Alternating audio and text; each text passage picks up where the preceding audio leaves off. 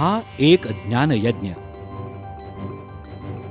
ज्ञान हाच पारतंत्र्यावर तर उद्योग हा दारिद्र्यावर खरा उपाय असं सांगणाऱ्या विष्णुशास्त्री चिपळूणकरांचा कित्ता आजही गिरवणारी ही माणसं.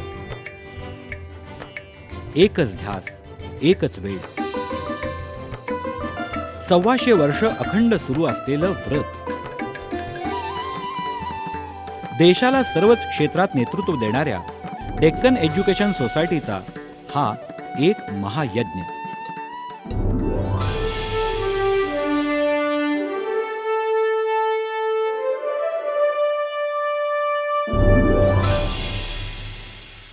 आपल्याला एक अभिमान वाटतो मी भारतीय आहे हे सांगताना. तसाच अभिमान वाटतो जेव्हा सांगावं असं वाटतं की मी फर्ग्युसनची विद्यार्थिनी आहे. जीवनातलं एक क्षेत्र असं नाही की त्या क्षेत्रामध्ये कर्तृत्वान पिढी तयार करण्याच्यासाठी डेक्कन एज्युकेशन संस्थेचं योगदान नाही. फर्ग्युसन कॉलेज हे एक वेड आहे आणि त्या वेडाची संस्कृती निर्माण करणारी अशी ही डेक्कन एज्युकेशन सोसायटी आहे. दूरदर्शीपणा आहे, विजन आहे, व्रत आहे, मिशन आहे. समाजाभिमुख सक्षम विद्यार्थी तयार करणारी ही संस्था आहे. जुन्या आणि नव्याचा एक उत्तम संगम. समाजासाठी गुणवत्तेचा ध्यास. They really help you to grow and they really help you to find yourself and make you what you are. I do not want to compare myself with anyone else because I am DES and DES is DES. Devotion, efficiency आणि sincerity याचं पण ते एक अत्यंत सुंदर असं प्रतीक आहे.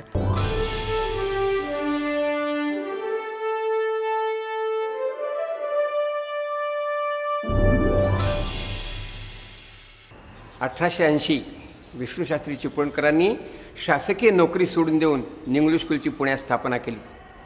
2 वर्षातच त्यांना टिळक आगरकर येऊन मिळाले. अति परिश्रमाने आणि ध्येयपूर्वक जाणीवपूर्वक या कार्यामध्ये ते सहभागी झाले. आगरकरांनी तर अत्यंत दारिद्र्यात शिक्षण घेतलं होतं, पण आपल्या आई लिहिलेल्या पत्रात म्हणतात, मी शासकीय नोकरी न स्वीकारता केवळ 30 रुपयावर या राष्ट्रीय शिक्षणासाठी म्हणून विष्णुशास्त्रींच्या शाळेत समाविष्ट झालो आहे. लोकमान्य टिळकांसारखा जाज्वल्य राष्ट्रभक्त असताना गव्हर्नरांची नावं इथं कशी दिलेली आहेत. फर्ग्युसन कॉलेज, विलिंग्डन कॉलेज ही त्यावेळची नावं दिलेली आहेत.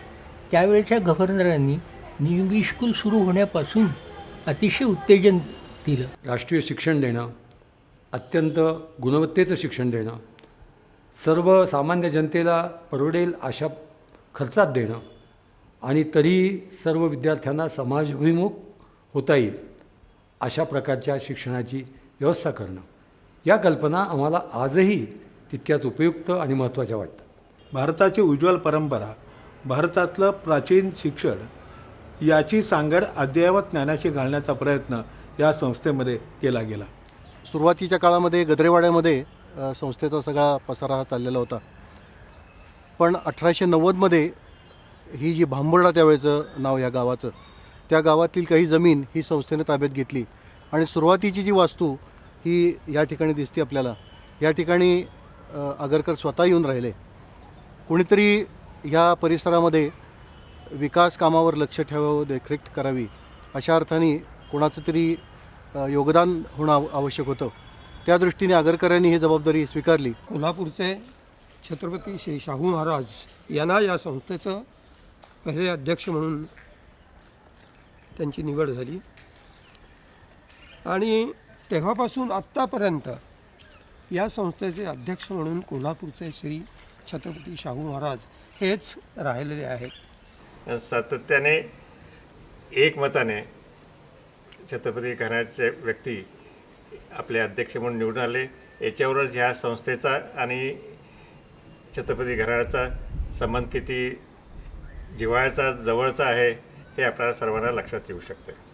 या संस्थेच्या उत्कर्षाला त्याच्या प्रारंभापासून आज तागायत सांगलीच्या राजदंपतीचा फार मोठा आधार मिळाला. ते आमचे सर्वार्थाने देव आणि दैव असं दोन्ही होत.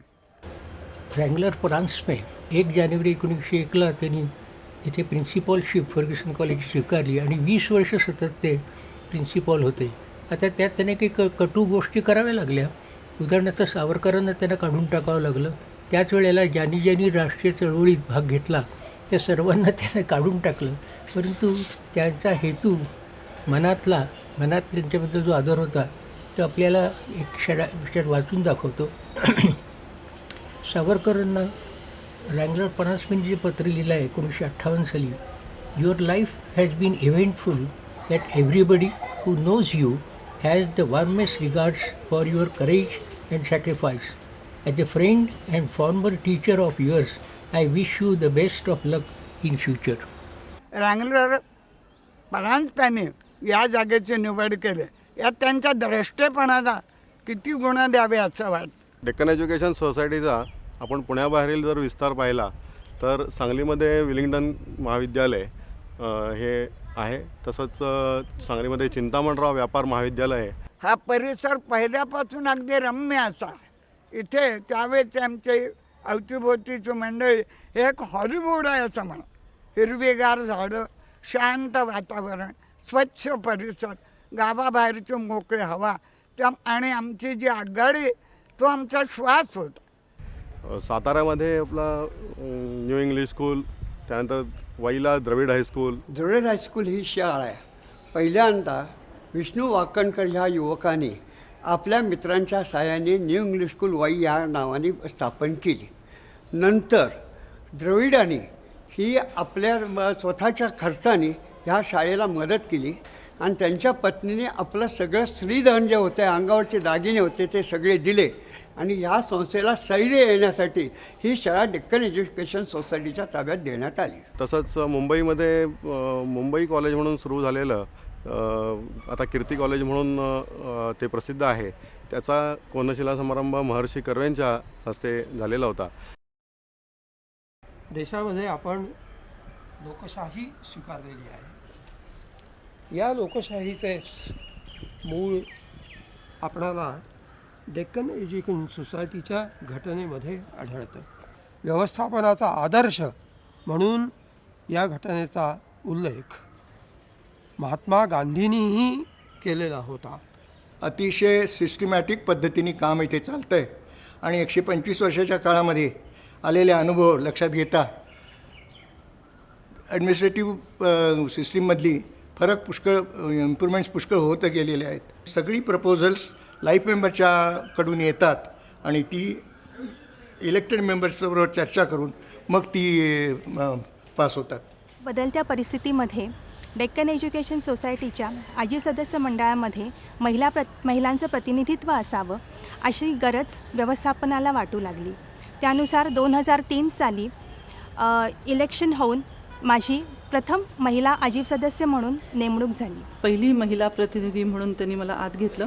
पहिल्यांदा ज्यावेळेला त्यांनी मला विचारलं त्यावेळेला माझ्या भावना संमिश्र होत्या. असं वाटलं की एवढी जबाबदारी पेलेल की नाही, पण मॅक्झिमम शिक्षिका असल्यामुळे मला असंही वाटलं की त्यांचे जे प्रश्न आहेत ते पुरुषांशी त्यांना संवाद करायला कठीण पडतं. शाळांमध्ये शिक्षक मान्यतेच्या संदर्भातून निर्माण झालेले प्रश्न, नेमणुका, रोस्टर वगैरे वगैरे अन्य गोष्टी होत्या. शासनाचे काही नियम बदलत होते आणि त्या सगळ्यांचा एक विशिष्ट अभ्यास करून मी साधारणपणे 1 वर्षभरातच हे सर्व प्रश्न संस्थांचे मार्गी लावले. नॅशनल एज्युकेशन हा जो ध्येय होतं ते आणि आजचं ग्लोबल एज्युकेशन या दोन्हीचा आम्ही मेळ साधायचा प्रयत्न करत आहोत.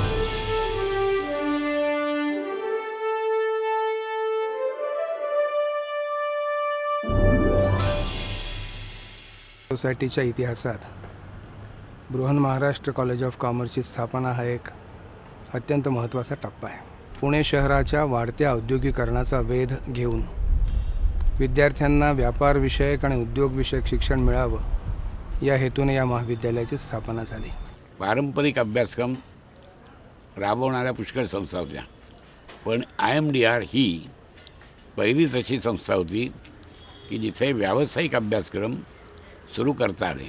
फोटोग्राफीच्या ह्याच्यात सुद्धा किंवा इलेक्ट्रॉनिक्सच्या ह्याच्यात, कॉम्प्युटरच्या क्षेत्रात, असे इलेक्ट्रोप्लेटिंगच्या क्षेत्रात असे वेगवेगळे कोर्सेस निर्माण करून ते जर त्यांना दिले तर विद्यार्थ्यांना स्वतःच्या पायावरती उभं राहता येईल. नर्सिंग कॉलेज असेल किंवा फिजिओथेरपी कॉलेज असेल, तसंच फर्ग्युसन महाविद्यालयामध्ये लाईफ सायन्सेस म्हणजे मायक्रोबायोलॉजी, बायोटेक्नॉलॉजी, एन्व्हायरमेंटल सायन्स किंवा कॉम्प्युटर सायन्स की ज्याची आजच्या जगामध्ये गरज आहे असं शिक्षण देण्याची जी पद्धती आहे ती आपण गेल्या 15 वर्षाच्या काळात सुरू केली, विकसित केली आणि आज सर्वत्र म्हणजे फक्त पुणे विद्यापीठात नाही, महाराष्ट्रात, देशामध्ये सुद्धा 1 नंबरचं स्थान असणारे असे हे कोर्सेस आपल्याकडे आहेत.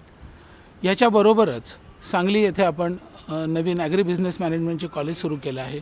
तिरुपतीमध्ये देखील आपल्याला Fergusson centre for higher education या नावाने संस्था चालू करण्यासाठी आंध्र प्रदेश शासनाने मुद्दाम निमंत्रित करून 50 एकर जागा दिलेली आहे. पुढच्याच वर्षी आपण तिथेही आपलं स्वतःचं सेंटर सुरू करणार आहोत. हे आमचं ॲम्फी थिएटर 1912 साली अस्तित्वात आलं. हे ॲम्फी थिएटर हे त्यावेळेला सर्व धर्माचं प्रतीक म्हणून समजलं जात असे. अनेक संस्थांनी या ॲम्फी थिएटरमध्ये जन्म घेतलेला आहे. पुण्याचं प्रसिद्ध लॉ कॉलेज त्यांचे वर्ग हे प्रथम ॲम्फी थिएटरमध्ये भरत असे. आमचं बृहन्महाराष्ट्र कॉमर्स कॉलेज तर पहिली 4 वर्ष 1944 ते 1948 हे ॲम्फी थिएटरमध्ये आपले वर्ग भरत असते. ऑल इंडिया विमेन्स काउन्सिलनी 1927 साली आपली संघटना तिचं उद्घाटन हे या ॲम्फी थिएटरमध्ये केलेलं आहे. या ॲम्फी थिएटरला कधीकधी कौतुकाने maternity home of several institutions असं संबोधलं जातं. आमच्या फिरोदिया परिवाराच्या 4 पिढ्या म्हणजे भाऊसाहेब फिरोदिया, नवलमल फिरोदिया, माझे आजोबा HK फिरोदिया, माझे आई वडील दोघं अरुण आणि जयश्री फिरोदिया, माझे काका अभय फिरोदिया आणि आम्ही 4 भाऊ बहिणी आणि माझे कझिन्स असे 12 सदस्य ह्याच सोसायटीमध्ये, ह्याच संस्थेमध्ये आम्ही शिक्षण घेतलेलं आहे.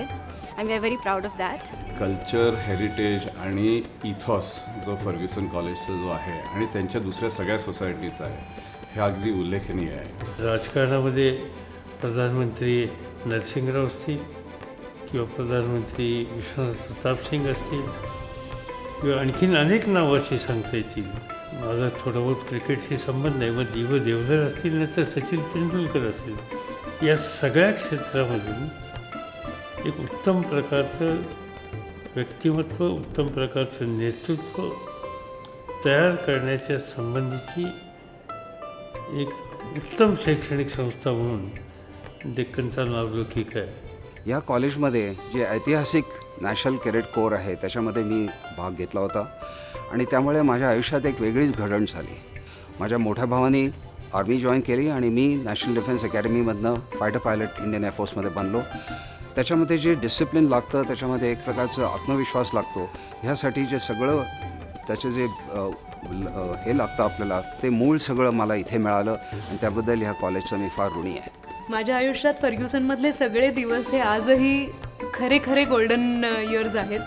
कारण त्या विद्यार्थी दशेमध्ये एक उत्फुल्लपणा असतो, निर्भरपणा असतो आणि हा विश्वास असतो की आपण जरा चुकलो तरी कदाचित आपले शिक्षक आपल्याला सांभाळून घेतील. उधळा हासत राष्ट्रासाठी फुलापरी हे प्राण स्फूर्ती घेऊन उठतील त्यातुनी असंख्य वीर महान, असंख्य वीर महान. घरादाराची होळी करून देश घडवणारी ही माणसं आणि आधुनिक काळातही सर्वच क्षेत्रात नेतृत्व देणारी ही संस्था. 50,000हून अधिक विद्यार्थी इथं घडतायत परंपरांचं भान राखून आणि गुणवत्ता या एकाच निकषावर. हा ज्ञानयज्ञ अखंड सुरू आहे.